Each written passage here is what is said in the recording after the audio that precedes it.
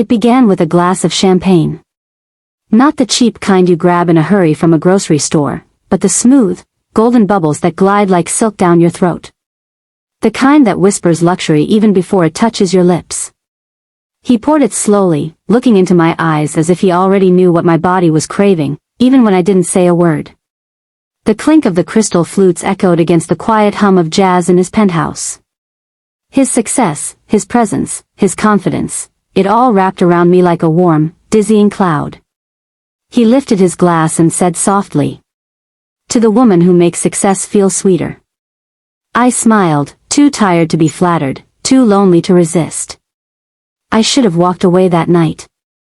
But instead, I became the champagne. He drank my exhaustion, my hidden aches, my quiet hunger, and turned them into his celebration. Before I go on, please make sure you've subscribed to the channel, and don't forget to tap that like button, because what I'm about to share isn't a fairy tale. It's a confession, wrapped in bubbles and burned by passion. It started months earlier, in New York. I was a marketing executive for a lifestyle brand, constantly flying, constantly tired, constantly smiling for success that never seemed to feed my soul. My husband, Dan, was a good man, reliable, practical, but distant. We had become partners in survival, not lovers in warmth. Then Ethan came into the picture. The company had hired him as a business consultant from LA, sharp mind, quiet smile, too confident for comfort.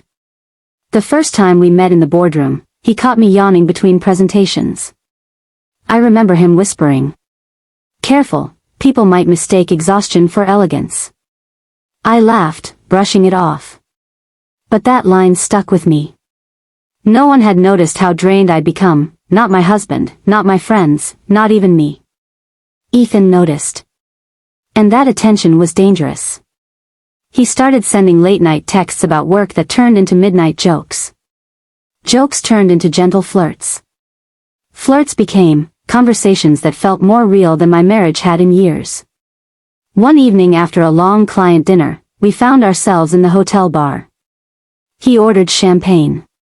The good kind. He slid a glass toward me and said, "You look like someone who deserves to be celebrated." I told him I didn't feel like a celebration. He smiled. "Then maybe you just need the right reason." He became my reason. My escape. My mistake. By the time his lips found mine, the champagne had lost its bubbles but not its fire. He kissed like he meant to wake me from a deep sleep, and maybe he did. My exhaustion melted into want, my guilt into surrender. Right there, in that dim bar corner, I forgot everything I was supposed to be, and remembered everything I had once desired. And that's how it started. A toast to his success. And my slow unraveling. The music had softened that night, but the scent of celebration still lingered in the air, champagne, perfume, and the faint whisper of promises never meant to be kept. He leaned close to me, glass in hand, his smile dangerous and deliberate. "Another toast," he murmured, "to us, the reason success feels this good." I laughed softly, pretending to brush off the heat his voice carried, but deep inside, I was already drowning in the rhythm of his confidence. The bubbles in my glass mirrored the chaos rising in me, light, fleeting, impossible to control. Like this video if you've ever been caught between success and seduction, I whispered to my viewers now, voice trembling through confession. And subscribe, because you're about to hear how celebration became exhaustion. He guided me toward the balcony, city lights painting our faces in gold and gilt. I remember his words, slow, persuasive, soaked in temptation. "You've been the reason everything feels alive here, you know that, right?" It wasn't praise. It was permission. And I took it. That first kiss didn't taste like victory. It tasted like surrender, a soft, burning surrender that made me forget the world outside that balcony. My heart raced faster than the ticking clock inside the hall. His hands weren't searching for love, they were claiming exhaustion disguised as reward. I told myself it was just champagne courage, that the fizz would fade by morning. But when he whispered my name again, low and needy, I knew it was already too late. He wasn't celebrating with me. He was consuming me. That night, I didn't go home to my husband. I told myself it was a business extension, a debrief over drinks. But in truth, I'd already signed away a part of my peace.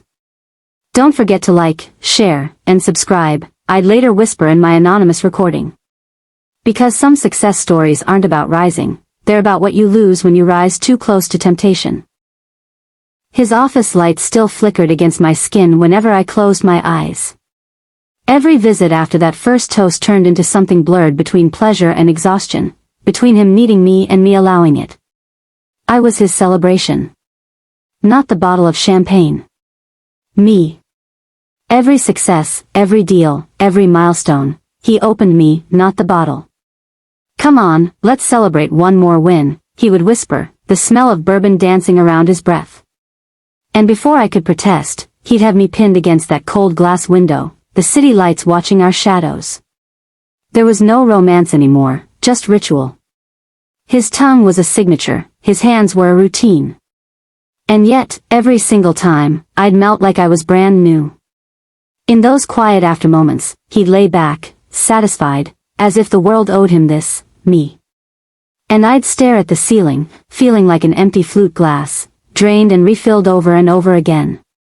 Soft laugh, guys, I'd say to my unseen listeners, if you're still watching, please, hit that subscribe button. Like this video if you've ever been too tired to say no. Because, really, that's where it all started to change for me, when tiredness began to feel like love, and attention began to feel like reward. The more I gave, the less of me remained. The more he poured, the more I spilled. He said he couldn't breathe without me, but somehow, I was the one suffocating. Still, I stayed. Because something about being wanted that deeply is addictive, even when it's draining you. And that's the truth no one tells you about infidelity. It's not always about lust. Sometimes, it's just about wanting to feel alive again. Celebration felt like a burden. I used to love how he made every success feel like a festival. Every contract I signed, every milestone I hit, he'd pull me close, pour the bubbles, and whisper, "You deserve the world." At first, I believed it. I believed him. But somewhere between the toasts and the touches, I began to fade. It wasn't love anymore, it was a performance. A carefully choreographed play where I had to sparkle, even when I was breaking inside. "Baby, you should smile more tonight," he'd say, brushing his thumb over my lips. "You're my champagne, remember?" And I'd smile, because that's what champagne does, it fizzes, it shines, it hides its bitterness in sweetness. His lips found mine that night, hungry and celebratory, tasting like victory and vanity. My body moved, but my heart stayed still. It wasn't the same thrill anymore. Somewhere between the hotel lights and the silk sheets, I realized, he wasn't celebrating us. He was celebrating himself through me. Soft voiceover tone. Backhand index pointing right, if you're still here, hit that like button, subscribe for more real confessions, because what you're hearing is just one of many women's truths. When the champagne lost its spark, I knew I had, too. I became the symbol of his success, not the soul he adored. And every time he lifted his glass, I wondered. Was he toasting our love, or my surrender? That night, as he kissed me one more time under dim hotel lights, I whispered, "I'm tired of being your celebration." He laughed softly, thinking I was teasing. But deep down, I'd already decided, the next toast would be mine, and it wouldn't include him. I never imagined success could taste like regret. He poured me another glass, bubbles rising, dancing, mocking me in their tiny, golden circles. Each sip reminded me of how I had become his celebration, not his love. His hands rested on my shoulders, warm but heavy.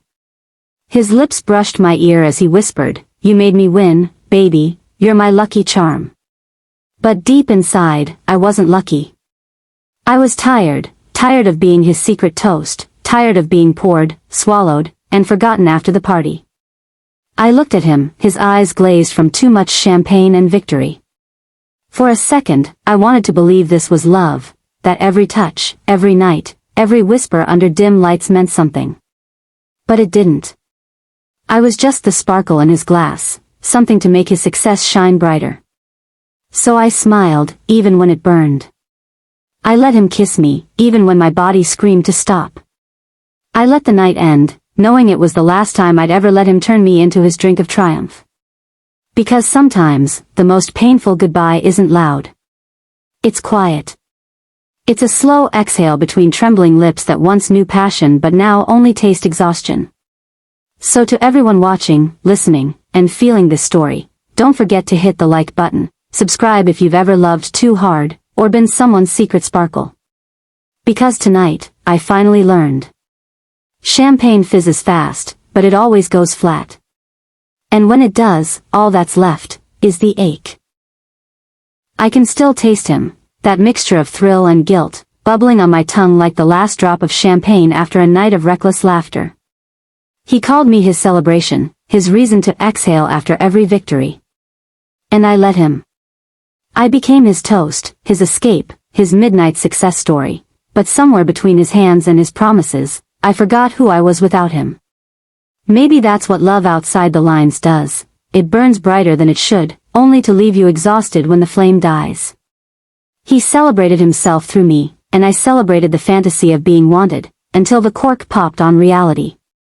What we called pleasure was really exhaustion dressed in satin sheets. But tonight, as I speak this into the void, I'm not confessing for forgiveness, I'm confessing for freedom. Sometimes, the sweetest lies are the ones we tell ourselves to stay warm. And now that I've sobered up from his intoxication, I can finally breathe again. Kiss mark if you've ever drowned in a love that wasn't yours to keep, hit that like button, share this confession, and subscribe, because somewhere out there, another story is waiting to spill its truth.